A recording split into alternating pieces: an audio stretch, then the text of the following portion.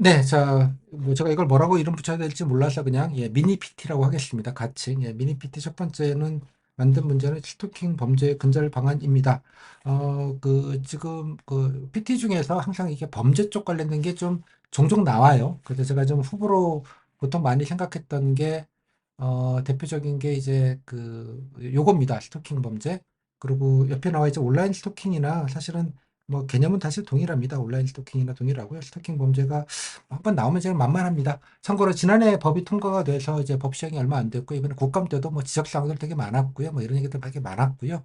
법이 시행됐기 때문에 그 늘 피트는 핫한 주제가 나오진 않아요. 뭐 국감 때 뭐 이렇게 막 떴다고 이런 거 뭐 주제 나오진 않습니다. 기본적으로. 하지만 뭐 언제든지 좀 지난해 법이 개정된 사안이고 또 사회적 논란이 되게 많았던 거라서 뭐 언제든지 낼 수 있다 이런 판단이 들어서 좀 간단하게 현황들은 좀 알아보셨으면 좋겠다는 취지에서 좀 들었고요. 요거는 이제 두루두루 아까 뒤에 말씀드리겠지만 일반적인 이런 류의 범죄들, 뭐 뭐죠, 뭐 온라인 그루밍이라든지 예를 들자면 뭐 청소년들 무슨 뭐 폭력 뭐 이런 것들, 뭐 성 관련된 여러 가지 폭력들, 뭐 갑질, 예를 들면 갑질 근절 방안 이런 걸 다 동용되는 거잖아요. 여러분 데이터 폭력 편이나 뭐 그 데이트 폭력 편 그리고 불법 영상물 관련된 문제들을 보셨지만 다 그냥 비슷비슷하지 않습니까? 뭐 피해자 구제하고 뭐 어쩌고 저쩌고 뭐 그런 거 연장선에 있기 때문에 좀 활용하기가 좋을 것 같기도 해서 뭐 겸사해서 이 문제를 먼저 드렸습니다. 제가 뭐 이 문제 자체를 설명드릴 건 아니고요. 여러분들 읽어보시면 알 거기 때문에 여기 있는 자료들은 기본적으로 이번에 국감 때 뭐 어마어마하게 뭐 관련된 질의들도 많고 자료들이 많이 나왔어요. 경찰, 검찰, 법원에서 여러 가지 자료를 제출한 것들을 좀 취합해서 그냥 구성했다 이런 말씀을 좀 드리겠고요. 그래서 먼저 간단하게 내용만 좀 보면 현황의 문제점 보시면 될 것 같아요. 뭐 스토킹은 뭐 이런 거다. 처벌법은 지난해 10월부터 했다. 뭐 신고가 늘었다. 그러니까 신고가 늘었다는 건 예전에도 말씀을 드렸지만 범죄가 늘었다고 보는 게 아니라 그죠? 신고가 는 겁니다. 그죠? 당연하게 법이 만들어졌기 때문에 그 기존에 있었는데 신고를 안 했던 거고 이제 신고가 적극적으로 이루어지다 보니 이제 이게 음주에서 그냥 쉬쉬하던 일들이 이제 드러난 거니까 이 자체로 뭐 범죄가 늘었다고 해석하시면 안 된다 이런 건 정도는 아실 것 같아요. 현황들은 나와져 있습니다. 이건 공식적 통계인데요. 여기서 하나 유심히 보실 건 뭐 남녀는 뭐 당연히 뭐 남성이 더 많을 건 뭐 상식적인 거고요. 연령을 보시면 고르게예요. 저도 이거 보고는 아 그렇구나 싶었는데 20대 청소년은 뭐 얼마 안 되는데 20대, 30대 거의 비슷하고요. 40대도 거의 비슷해요. 50대도 거의 비슷해요. 그죠? 이게 전 연령의 문제다. 뭐 이런 생각이 좀 들죠. 뭐 이런 것도 한번 참고를 좀 보시고, 그러니까 이런 거 때문에 전 연령에 대해서 뭐 젊은 사람들만 연애 때문에 그런다라는 건 약간 판타지인 거죠. 그래가지고 이 스토킹하면 젊어서 뭐 이렇게 연애 감정이 깊어져서 그렇다, 그렇지 않다는 거예요. 그러니까 그런 범죄도 한번 생각해 보면 식하다는 얘기고요. 뭐 피해자는 뭐 여성이 더 많은 건 상식적인 거고, 가해적 관계 보면 불특정 관계가 많아요. 타인 등 모르는 사람인데 이러는 경우가 많다는 것도 좀 놀라운 데이터이기는 해요. 연인 사이는 5분의 1밖에 되지 않아요. 뜻밖에도. 그다음에 지인, 그냥 아는 사람, 뭐 친족 이것도 있고요. 또 하나 관심 있게 볼 건 요겁니다. 직장 동료예요. 이게 소위 말하는 이제 갑질의 또 다른 표현이 되는 거죠. 직장 내 스토킹이에요, 이게. 그 직장을 매일 봐야 되잖아요. 좋다고 막 추근닥거린다거나 뭐 이런 것들이 주로 많은 것이죠. 이것도 이게 그 갑질과 스토킹 연결되는 지점이 여기서 생긴다는 것도 좀 유의해서 보실 필요가 있을 것 같아요. 그다음에 안이한 대응하다, 뭐 재판까지 가도록 처벌 미약하다. 근데 중요한 건 여러분들이 대책 방안할 때 이 재판 문제는 건드릴 수 없어요. 이건 사법부가 독립돼 있잖아요. 그래서 뭐 형량 강화 뭐 이런 거는 여기서 말하는 건 없어. 그 정부 대책으로 말하기는 적절하지는 않아요. 그죠? 뭐 법원에다가 행정부가 정부가 뭐 여러 가지 좀 요청과 요구는 할 수 있는 건 있는데 요청 정도. 예. 하지만 뭐 재판부 보고 이래라 부처 다루듯이 할 수 없다라는 점은 항상 염두에 두세요. 재판부는 건드릴 수 없다. 그죠? 예, 뭐 협조를 구하고 약간 이런 느낌으로 어프로치를 했다. 다만 검찰과 경찰은 당연히 행정부니까 예, 구형을 세게 하고 조사를 세게 하는 건 가능하죠. 하지만 형량을 판사님 세게 주세요라는 건 검찰이 주장을 할 수 있으나 그건 판사님 마음인 거예요. 됐죠? 독립된 기구니까 그 정도의 상식은 좀 범죄 같은 거 다루실 때 꼭 좀 알아두시면 좋겠다. 그다음에 보호조치 뭐 한번 읽어보세요. 이런 거는 읽어보시면 되는 거고요. 바니샬 불벌죄 이런 것도 좀 간단하게 해야 되고요. 현재 법 개정 추진 중입니다. 이거는 바니샬 불벌죄는 10월 달에 바로 국감 나오자마자 뭐 하여간 검찰이 그런 건 빨라요. 언론 플레이는. 그래서 바로 그 개정안을 냈고요. 제가 어제 뉴스를 봤을 때 국회 법사위를 개정안이 통과가 된 것까지는 봤어요. 지금 진행 중인 상황이에요. 아직 본회의 가서 망치 두드린 건 아닌데 뭐 법사위 소위를 통과했나? 법사위를 통과했나? 하여간 국회 관련된 뭐 그 보건복지위겠죠, 아마도. 여가위인가? 모르겠다. 그러니까 국회위원회를 통과했다는 것까지는 나와서 뭐 통과하는데 무리는 없을 것 같아요. 근데 곧 통과될 예정이다. 뭐 그 정도는 좀 알아두시면 좋을 것 같고요. 여기서 중요한 건 요겁니다. 대책 참고상 요 내용입니다. 요 내용들은 여러분들이 좀 자세하게 좀 막아주시면 좋겠어요. 전담기가 많이 보셨죠? 전담 인력 나면 항상 따라오는 그놈의 전문성. 예. 그다음에 전문 정보. 이거 뭐냐? 이거에 관련된 범죄 정보를 따로 가공해서 범죄 유형이나 이런 것들을 이제 따로 만들어서 이런 교육이나 전문성을 키우는데 좀 만든다는 얘기죠. 이건 뭐 주로 이렇게 경찰이 여러 가지 갖고 있는 경찰과 검찰이 갖고 있는 범죄 정보들, 요 정보들, 사기 전문 정보 뭐 이런 건 있겠지만 스토킹과 관련된 별도의 정보가 없으니까 요것만 전문적으로 따로 모으고 정리하고 뭐 연구하고 뭐 등등등의 방식으로 통해서 스토킹에 대한 범죄 유형, 뭐 어떤 데 좀 부합해지는지 이런 것들에 대한 분석이 필요하기 때문에 이런 기초적인 데이터에 관련된 문제, 이것도 좀 관심 있게 좀 보시면 좋겠어요. 그다음에 신고 이력 관리가 뭘까요? 히스토리입니다. 히스토리.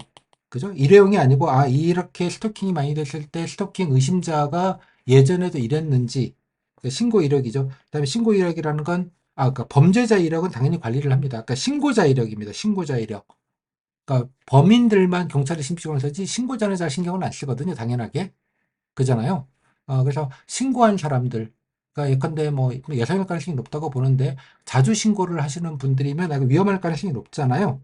예, 그러니까 피해자가 다르다고 할 게 아니라 그래서 신고 이력 관리, 그러니까 어떤 뭐 피해자 가해자 둘 다 포함된 거라고 생각이 드는데 좀 유념해서 보실 것 같아요. 이렇게 이력 관리를 통해서 빈도가 많은 피해자 혹은 가해자들을 따로 이제 관리를 하겠다는 얘기고요.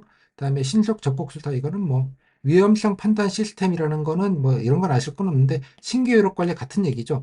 이렇게 많이 들어온 거 보니 이 가해자가 예, 이런데 아주 그냥 예, 돌아가면서 계속 하는 애구나. 또 위험한 애구나. 이런 판단들을 히스토리를 가지고 이력이라는 말 이걸 가지고 판단하겠다는 거에 좀 다른 표현인 것 같아요. 다음에 선제적 맞춤 피해자 보호 체계 구축 이건 늘 말하지만 뭐 전자시계 주고 뭐 이런 것들을 말하는 것 같은데 뭐 그냥 하는 말이고요. 다음 피해자 신변 안전조치를 보완하겠다. 앞에 그 문제점이 나와 있던 거에 쌍으로 나와 있는 얘기입니다. 다음 피해자 사업주 적극 참여 보장 이거는 이번에 그 신당역에서 살해된 분이 그 가해자 친구가 구속영장이 청구됐는데 구속영장이 기각이 돼서 그냥 풀려났다는 사실을 모르고 있었던 상황에서 그러니까 이 친구가 열이 받았는지 계속 쫓아다녔던 거거든요. 그래서 호시탐탐 기회를 노리다가 이 사고가 벌어진 거였고 당시 피해자 신고자죠. 신고자는 예, 그 재판길이 그 구속 청구가 됐는지 기각이 됐는지 이 사실을 전혀 인지하지 못하고 있었던 거죠.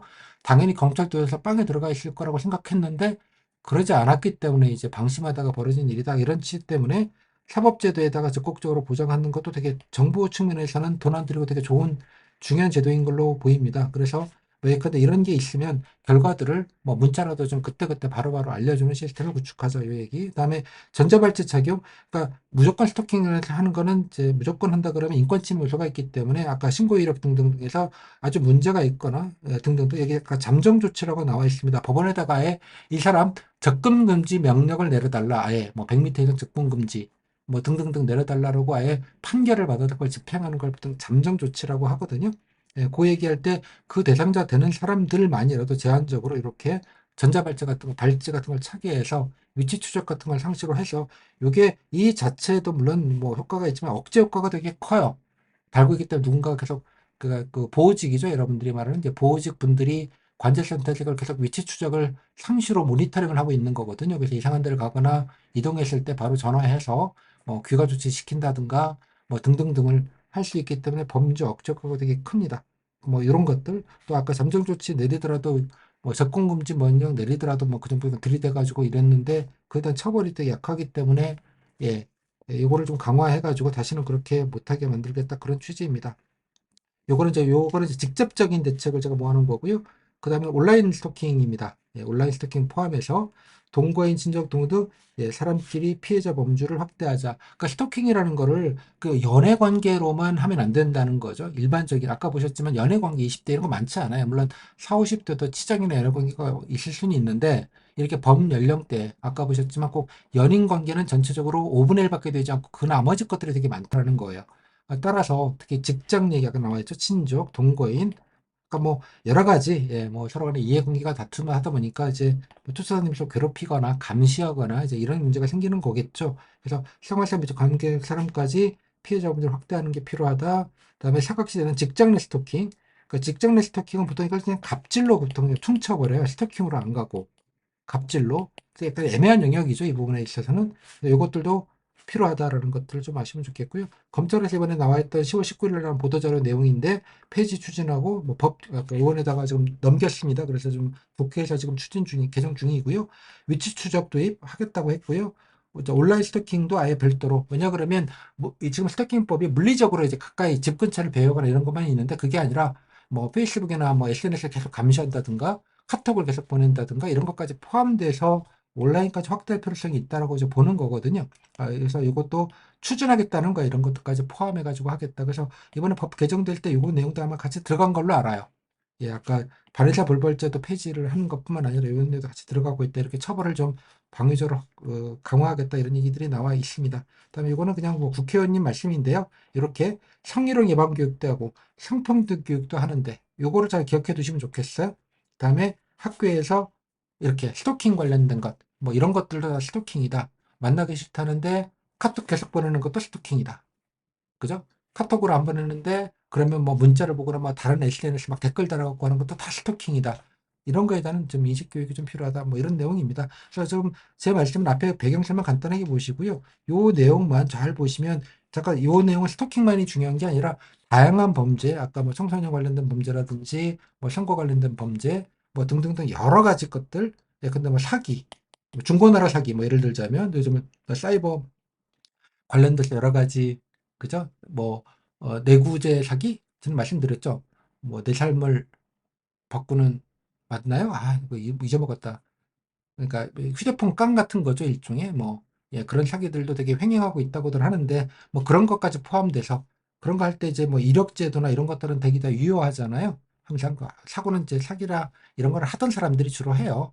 99%는 다 정상인데 그놈의 1%가 이제 여러 일들을 벌이기 때문에 벌어진 일들이 많기 때문에 이런 식으로 해서 다른 범죄도 예, 범용성이 높다. 이런 느낌으로 해서 요거를 좀 잘 좀 해서 범죄 쪽 나왔을 때 이런 것들을 조금 더, 예, 조금 더 좀 잘 해주시면 좋겠습니다. 여기 이제 피해자 구제제도 얘기는 잘 들어가 있지 않은데, 뭐, 그건 앞에서 보셨던, 예, 데이터 폭력 팬이나 이럴 때 뭐 피해자 구제 방안, 그다음에 2차 범죄, 뭐 이런 건 여기 들어있지는 않습니다. 이제 2차 가해 관련된 예방 방안, 그리고 또 피해자 뭐 정신적, 뭐 물리적, 정신적, 그다음에 경제적 피해에 관련된 보상, 관련된 법제, 뭐 원스톱 서비스 이런 얘기들은 여기 들어가 있지는 않고요. 요거에 좀 고유한 것만 들어가 있으니까 앞에서 보셨던 거랑 좀 결합을 좀 시켜 놓으셔서 요 얘기도 앞에 뭐 데이터 폭력편에도 쓰실 수 있겠고요. 이렇게 좀 범용으로 좀 왔다리 갔다리 좀 하실 수 있게 해주시면 좋겠습니다. 여기까지 간단하게 설명 마치고 예, 다음 문제 설명을 좀 드리도록 하겠습니다.